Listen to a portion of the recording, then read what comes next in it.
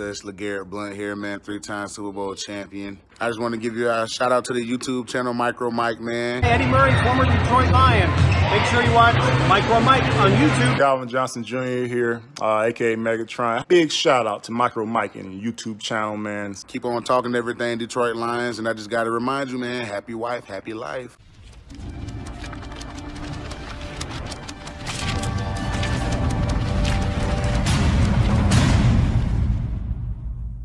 What's going on YouTube? This is your boy Mr. MicroMike, and today we're going to talk about some Detroit Lions rumors for our beloved Detroit Lions. Before getting to the video, please like, share, and subscribe.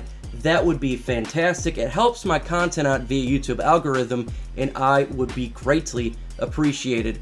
In this video, we're going to talk about the Jarrad Davis transition, Beau Benshoi signed back, Kenny Galladay cut, Beau Scarbrough returns, Kerryon Johnson trade and situation, Stafford back to his elite form, and of course Mike Ford returns back from injury as well. And let's start with the Jarrad Davis. Folks, when it comes to Jarrad Davis and in this game, notice something very interesting here. Jarrad Davis had rushed the passer 8 times on 20 snaps and only 2 quarterback hits. It looks like to me that they are transitioning Jarrad Davis from middle linebacker to more of a pass rusher. This is something that the fan base have been clamoring for some time, and it looks like we all got the wish for this. Why put Jarrad Davis at middle linebacker where he's having issues when you can transition him and at least try to utilize his speed to get after the quarterback? With the deficiencies that we've had on the defensive line, with the deficiencies we've had getting after the quarterback, why not utilize Jarrad Davis' skill set to perform that task? And it looks like that's what Corey Unlin and Matt Patricia are doing. I cannot wait to see how this unfolds for the weeks to come if he stays on this roster. Can he really help out the pass rush that we've been wanting for some time? It has improved a little bit over the last 2 weeks, but still not there yet. And I am glad they're giving this a attempt. Why not? What does it hurt? It hurts no one. And for my opinion, we get to see what else can happen regarding Jarrad Davis. Comment in the comment section.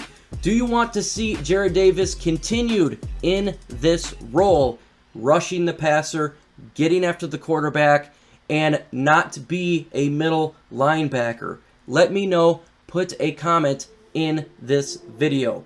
Beau Benshoi has re-signed back with the Detroit Lions, being released last week, and it gives the chance for the offensive line to get younger and fresher.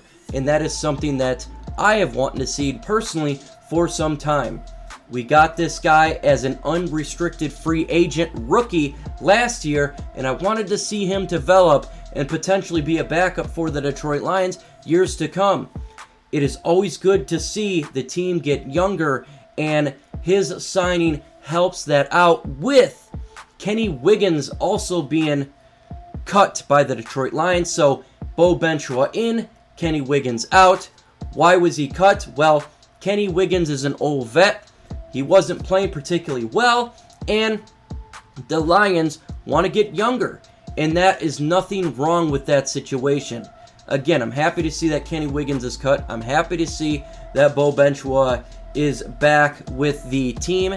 May not be on the active roster, but the practice squad, nothing wrong with that, because the practice squad, we've seen it, i.e. Isaac Nada in this last game, get playing time and get him a chance to develop. And Kenny Wiggins has had his chance throughout the years, so it's nice that he is gone. Subscribe to my channel. Why? Because I bring quality content, and again, around 60% of you are not subscribed, and it helps out. With that said, Beau Scarbrough is back from injury. This is a key situation for the Detroit Lions running game. I like it. I like Beau Scarbrough and his high-powered running game, the north and south, the gritty yards required for the Lions running game. It's what you want to see, especially when it starts to get colder out. He was injured from training camp, and now he is back healthy, and that is a great thing for the Lions running game. And it brings another element to what we can use. We can be a power team and use it on those 3rd and shorts. If Adrian Peterson is not up to the task, we got a younger guy from that facet. And this kind of goes into the next topic, and we're going to talk about Kerryon Johnson trade.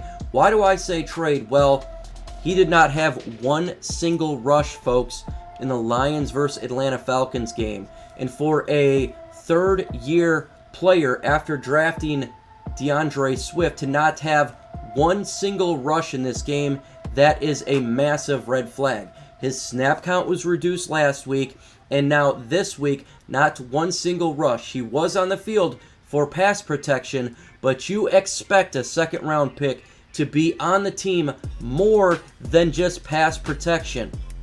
This spells doom and gloom, in my opinion, for Kerryon Johnson. Now, the trade deadline is over a week away, but keep an eye on Wednesday and Thursday because a player must be taken 3 COVID tests to be cleared, and it takes approximately 5 days. So he could potentially be traded this week on a Wednesday, a Thursday. If trades go down, that would probably be the timetable. So let's watch this situation and see if that occurs, because his snap count is reduced. His rushing has been completely annihilated.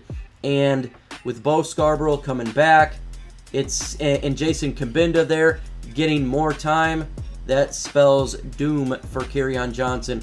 Another player returns to the Detroit Lions from injury.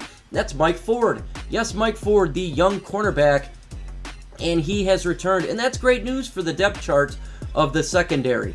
Look, Mike Ford's not a starter, but he's a depth player.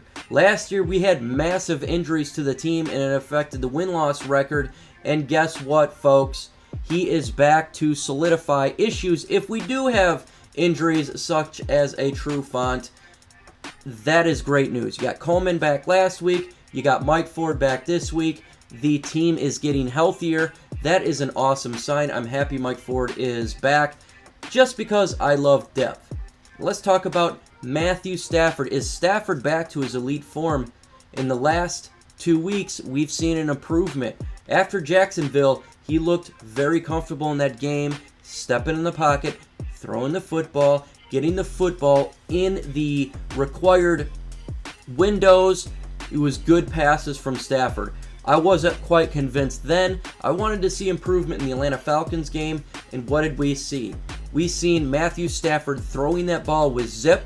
He was stepping in the pocket. He was scrambling out when he needed to. The ball was precisely on target. It was not high. It was not low. It was near perfect regarding his throwing ability. I'm not saying he's back to his elite form yet. I still want to see more. I mean, you're going against the Jacksonville Jaguars and the Atlanta Falcons. It's not like those defenses are the top-tier defenses in the NFL, but I was watching him very precise, and he looked better, and that is very good for the Detroit Lions. We want to see him continue this route. The Lions are now 3-3, and they do have a chance to make a run.